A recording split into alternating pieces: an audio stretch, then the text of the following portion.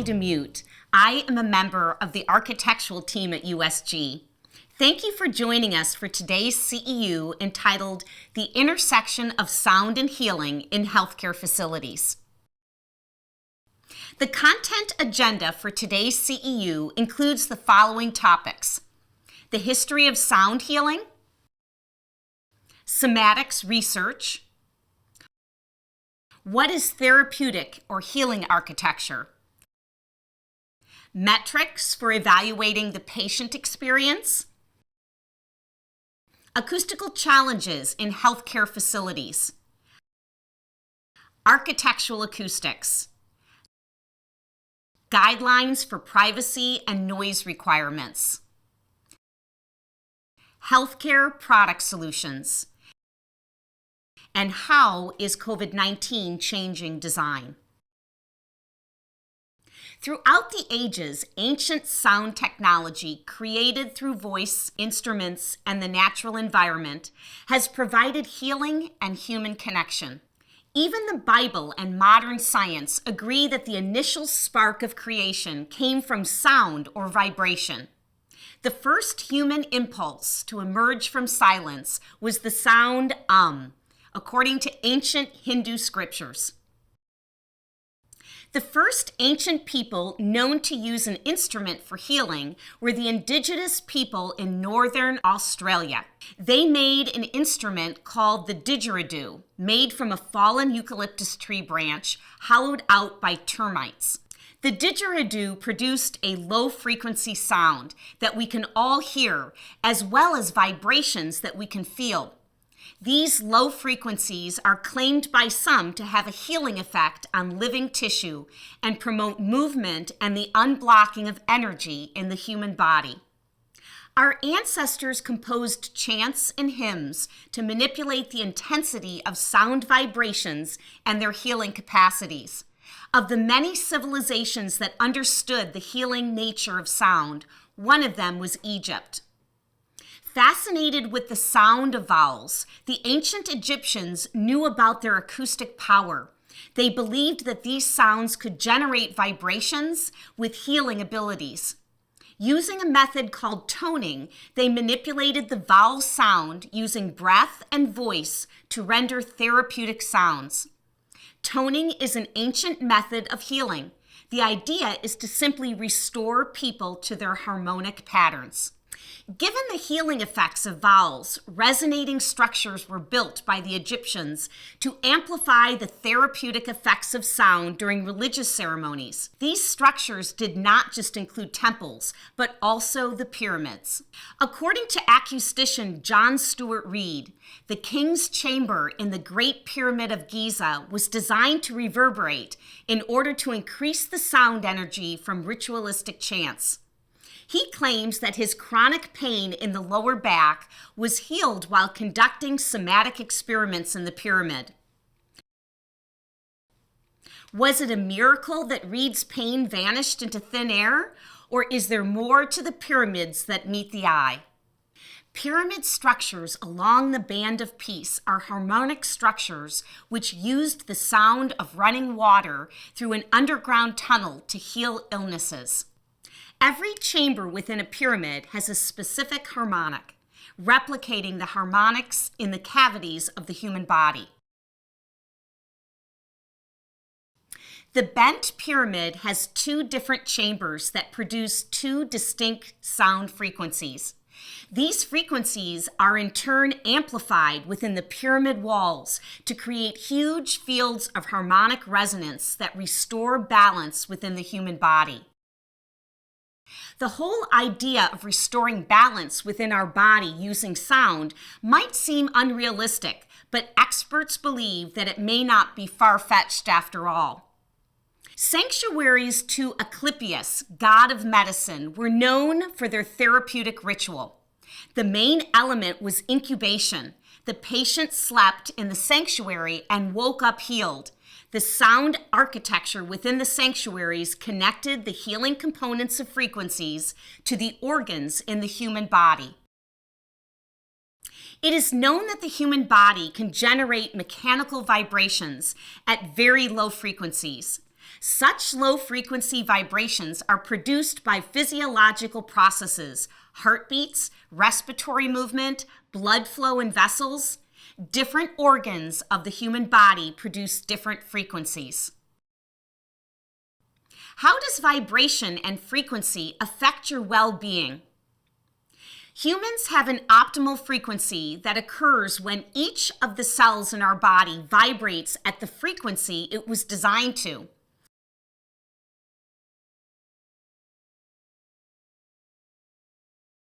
Bruce Tanio, a famous researcher, found that the healthy body resonates at a frequency of 62 to 78 megahertz. And when your frequency drops to 58 megahertz, that is when disease starts. Bacteria, viruses, and disease each have their own low frequencies that influence your energy field. Somatics research. The science of today continues to use sound attributes to connect frequencies to the human body.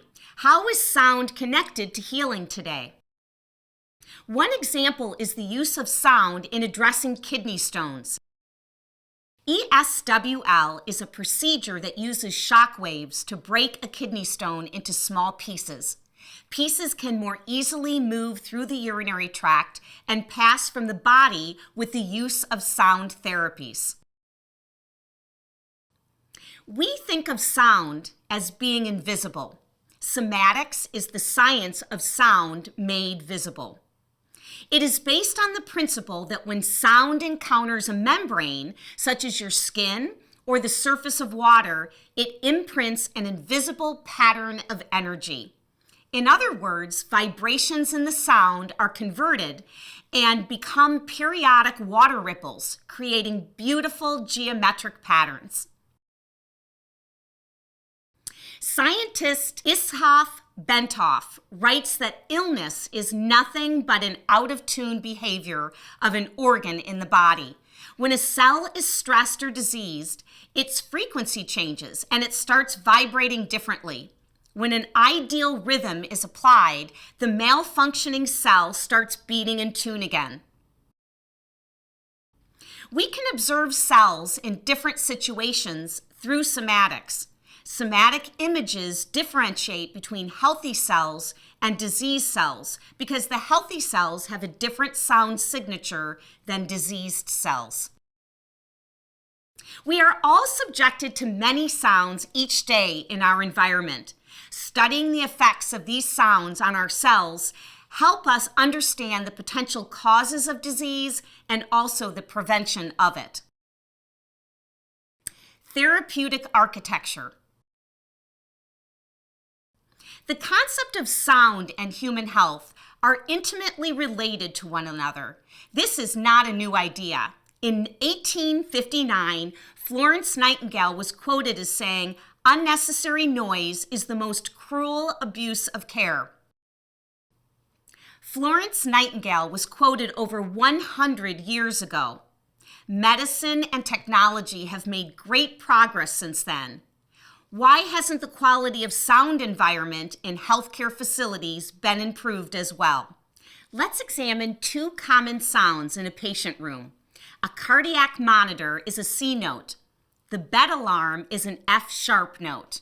When the patient is in the hospital, they are beeping together. This combination musically is a diminished fifth or a tritone. This particular dissonance in medieval times was termed the devil's chord because the sound is so disturbing. Wow! It is no wonder that noise is the most common complaint in healthcare facilities. Exploring the benefits of the collaboration between science and architecture is yielding a new dimension for design benchmarks. Architecture is an art that today has many facets of consideration: science, aesthetics, technology, and the satisfaction of human needs. Of all the forms of energy, sound is perhaps one of the most powerful manifestations. It influences the mind and the emotions. It is known to alter the life force of a person with its ability to heal. We have just scratched the surface when it comes to understanding the therapeutic effects of sound. By 1984, patient satisfaction was up at the top of the mind for many hospital administrators, but they did not have a way to scientifically measure or improve it. Dr. Rod Gainey is a renowned expert in statistics and survey methodology that improves the patient experience by supporting the delivery of high-quality, patient-centered care. Asking the right questions to understand key drivers of the patient experience helps us all improve it. Statistics and survey methodology is transforming patient care through actionable insights. Press Gainey's methodology continues to identify the factors that contribute to noise levels within the hospital. Some of these factors include alarms, chatter in the halls, roommates, and visitors. Connecting information from metrics with sound research, we can connect the dots on the intersection of sound and human health. High sound levels impact our heart rate, disrupt our sleep, and raise our blood pressure. In the past, hospital design has focused on infectious control as its main priority. Today's trend towards designing hospitals with patient-centered features that mirror hotel-like amenities has led to a term called healing architecture.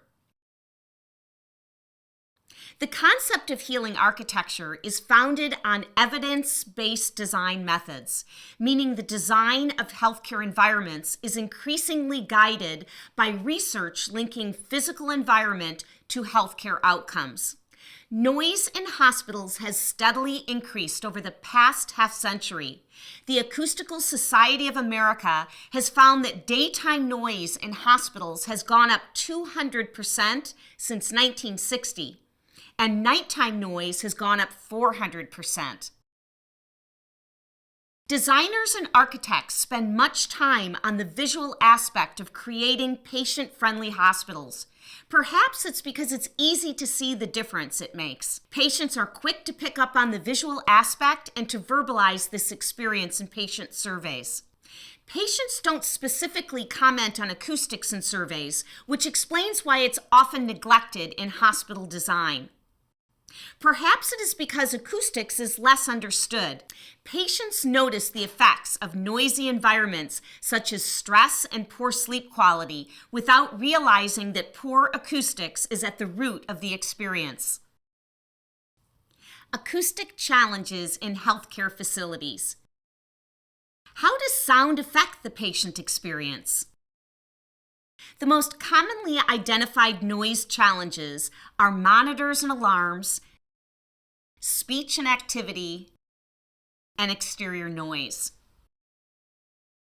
To look closer at the patient experience, we need to examine its connection to architecture, specifically how spatial design and material play into the environment. Spatial design. This chart takes a look at the caregiver's needs. Professionals are trained to, number one, look at the safety of themselves and their patient. Number two, look at the secondary and preferred levels. The secondary and preferred levels is where the designer can have the greatest impact. This brings in elements like visual awareness, oral communication, both heard and spoken, efficiency of a space, patient privacy, ease of use in a space. Taking this further, in crisis situations like COVID, caregivers are entirely focused on primary needs.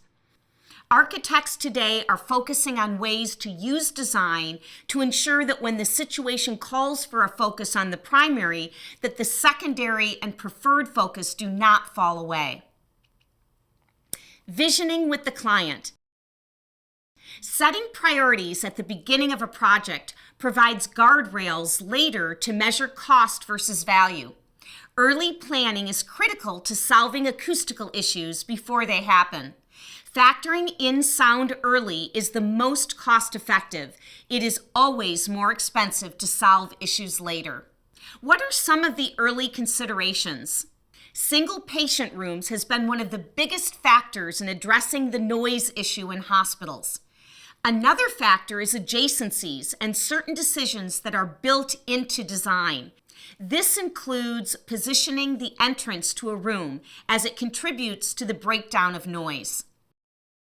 Positioning elevator openings, clean rooms, mechanical rooms, and staff rooms on secondary corridors provides an off-the-stage component. You can see where the designer has positioned the patient rooms. Staff can then walk to these areas without passing a patient's room. This design also allows for areas for staff to step off the corridor and have a conversation. Rolling from the floor to the room. In the room, there are hundreds of decisions. It starts with your acuity. That is defined as the measurement of intensity of nursing care required by the patient. Your acuity can actually determine the size of your room. Next, what is the handedness of the room? Creating standardized rooms within a unit allows for reduced noise as head walls are no longer shared. How important is visibility? How important is acoustics? A lot of this is about configuration and layout. For example, placing toilets along the corridor helps buffer the noise.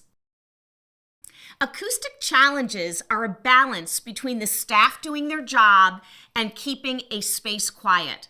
How much noise is coming in from the outside, from the next room, from the corridor? There are FGI requirements for noise that help the designer manage sound. So let's examine patient rooms. Once inside the room, there are hundreds of decisions going on. Floor finishes, furnishings, the articulation of foot walls, the placement of the ceiling lift, the monitor on the head wall. All of this is about balance when you're designing. It is focusing on how acoustics gets integrated within the design. There are, however, competing interests. What are the strategies that designers use to prioritize? It starts with knowing who is using the spaces and how can we make it a pleasant experience. Stepping back to other spaces in the hospital where we might help mitigate sound transmission. Starting with the lobby, it is important to have an understanding of who the patient population is. For example, the goal in this project is to take into consideration a child that has nerve issues. How can we create a space that is welcoming and yet sensitive to those issues? In family areas, how can we create choice? Does the patient want to engage in conversation, or are they looking for a quiet place? Again, there are competing interests between visual openness and controlling sound. What can be done using highly absorptive ceiling materials, allowing the designer to achieve sound control in this space and also meet the needs of the patient population? Exam room support. Designers look at creating spaces that allow for quality communication between the caregiver and ensuring privacy for HIPAA compliance. Through thoughtful configuration and acoustically absorptive finishes, this can be achieved. Here we have a consultation room for video conferencing and telemedicine. Acoustical separation, privacy, and audio sound quality result in balance, visibility, and quiet. In workplace areas, designers have to balance the needs for access to daylight, visibility, communication, and space efficiencies with high-performance acoustics to produce focused work areas and effective collaboration and privacy for a variety of work needs. Absorptive materials help reduce noise for patients with pain during rehabilitation. Material performance requirements. There are different areas within the healthcare facility that require additional considerations to keep those spaces hygienic. Non-restricted, semi-restricted, restricted, and dietary and laundry.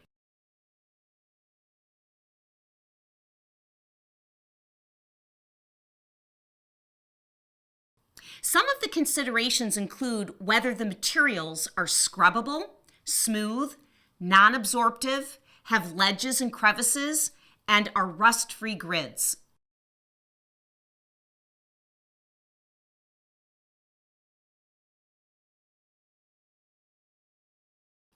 Architectural acoustics. What is it? It is the science of controlling sound within a building. That can be controlling the echoing and reverberation within a patient room, preventing the transfer of sound from the next room, or isolating mechanical sounds from a utility closet.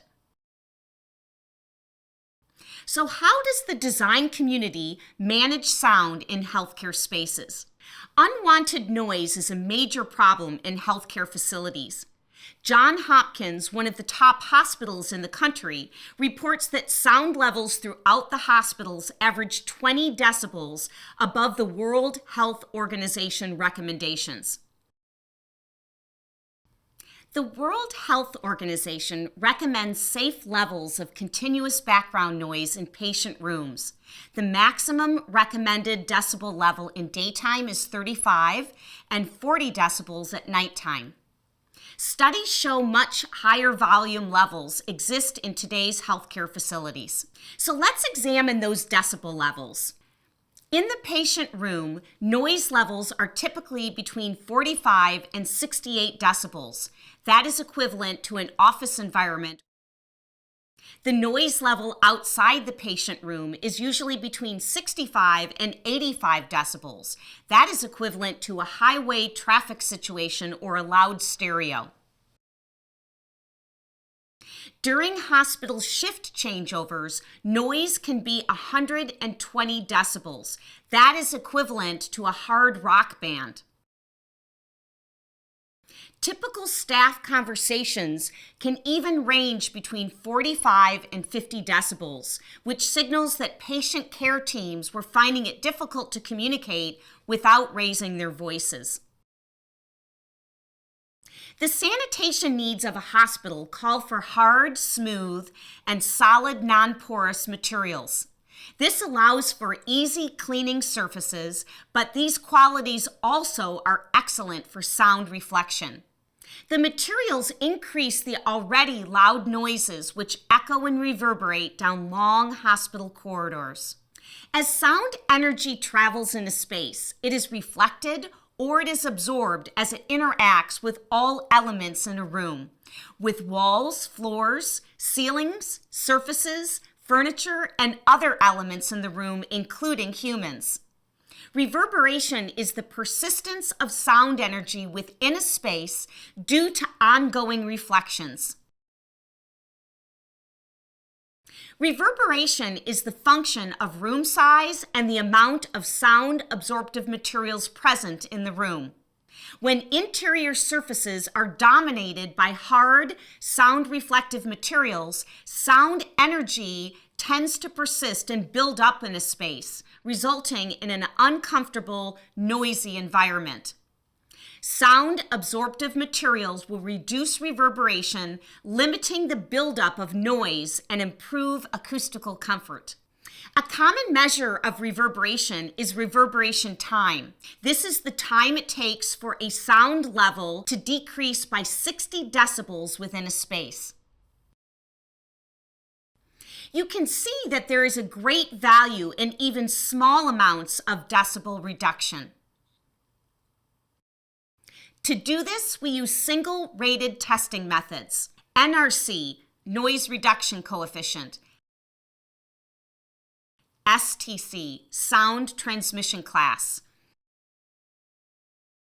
CAC, ceiling attenuation class;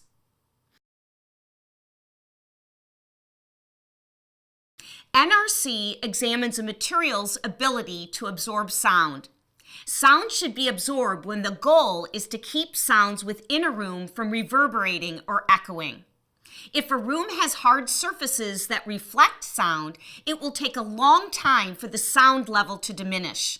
This is most noticeable in an empty room with hard walls, floors, and ceilings. You can hear the sounds bouncing around the room. Installing sound-absorbing materials such as carpet, acoustic ceiling tiles, or fabric-covered panels, you can reduce the reverberation by absorbing the sound. NRC is a single-rated testing method. A material with an NRC of 0 will theoretically reflect all sound that hits it. A material with an NRC of 1 theoretically absorbs all sound that hits it. An acoustical ceiling panel has an NRC of at least 0.50. Sound transmission class, abbreviated STC, is the measurement of a material's ability to block airborne sound within the frequency range of human speech.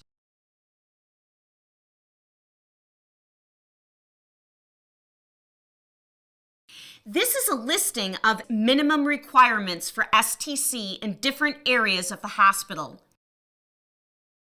The patient room must have a minimum requirement of 50. However, very loud speech can still be heard through such a partition.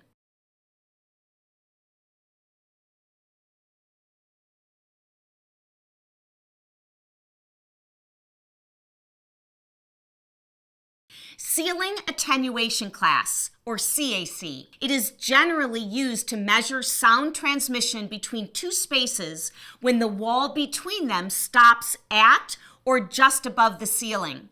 Since the wall does not extend to the underside of the structural deck above, the ceiling is the only barrier preventing sound transmission between the spaces.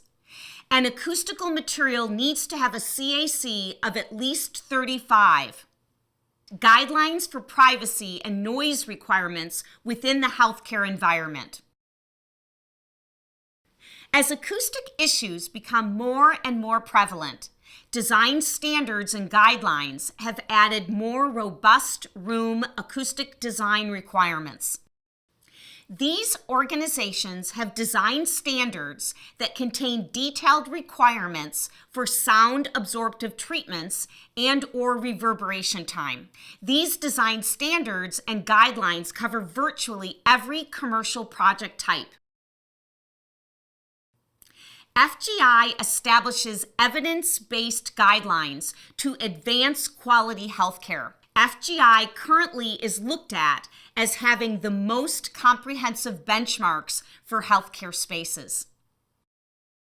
Product solutions. Equipment and outside activity in a healthcare facility can increase noise in a space by 60 decibels. Absorptive materials reduces noise and prevents the noise from inhibiting the patient's recovery. The noise in a hospital isn't intentional. People try to be as quiet as they can. There is, however, no getting around the noise from necessary equipment. This is then amplified with the hard surfaces, elevating noise levels which lead to less sleep, stress, and the rise in blood pressure for the patient. Many studies show that this can worsen a patient's condition and lead to longer hospital stays. Along with excellent sound absorption and low particle emission, performance considerations for clean room ceilings include high fire performance, high light reflectance, durability, ease of cleaning, inhibiting the growth of microorganisms such as MRSA. Let's take a look at ceiling material used to address the sound issue in healthcare facilities and their performance values. Wet felted mineral fiber. Dense, continuous process. Mechanical perforations. a thickness of 5/8, 3/4, and 7/8. Acoustical.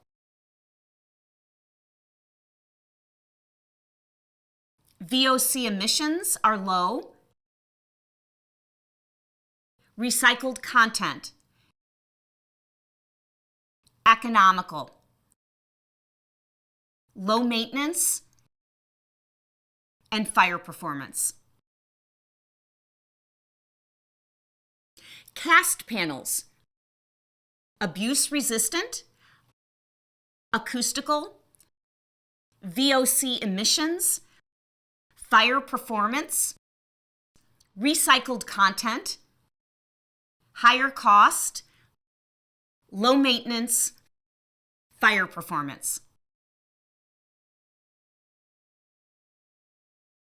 Fiberglass substrate. Lightweight. Acoustical. Recycled content. High cost. Low maintenance. Gypsum. Gypsum panel with vinyl facing. Clean room environments. Meets U.S. Department of Agricultural Food Safety Inspection Service requirements for food processing areas. Economical option. There are many hospitality-like spaces that exist in hospitals today. For those spaces, the specification standard does not have to comply with cleanability standards. Therefore, in these spaces, the designer can use a wide range of materials to control the sound and create beautiful aesthetics. Architecture is inherently optimistic. It's future-oriented. It's about making things better. Architects are idealists, and at this time, we are trying to find ways that we may have overlooked in the past to follow through on our idealism. We have witnessed colleagues who have been trying to find ways to participate in COVID-19 responses. Telehealth is an area that has become instrumental to delivering patient care, and it is not going away after COVID. Architects are looking at this as an essential space that needs to be integrated, allowing also for the privacy that is essential. Placing PPE inside the rooms is a great spatial plan, as it allows for the caregiver to have access to the materials so they do not have to leave the patient room. Private rooms or three-sided cubicles do much to control privacy and sound control. This is tougher to do in renovations and high-cost construction areas. Using better sound performance materials allows for better communication amongst caregivers and patient to caregiver. Respite and oasis rooms.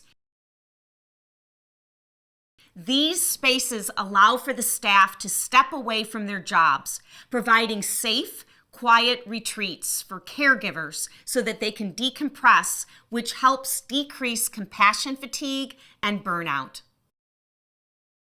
Another example of how facilities are starting to adapt is by introducing more HEPA filtration systems throughout. Some of these systems state that they are able to capture 99.97% of particles, ensuring that the air is sterile. Traditionally, these filtration systems are utilized in areas such as surgical operating rooms, but hospitals are considering installing the infrastructure in other areas such as intensive care or critical care units in order to help with infection control. In the future, we'll also see less open bay treatment spaces in emergency departments and more dedicated private negative pressure rooms so that healthcare workers can help contain potential spread of the virus. Unlike most healthcare design trends that develop over several years, these 10 changes have already become necessary as hospitals and health systems were forced to figure out how to make emergency changes with limited supplies and resources. In the coming years, organizations will need to adjust their operations for future pandemics. Codes will need to be written to safely meet new situations, and government grants will be necessary to encourage hospitals to make these changes permanent.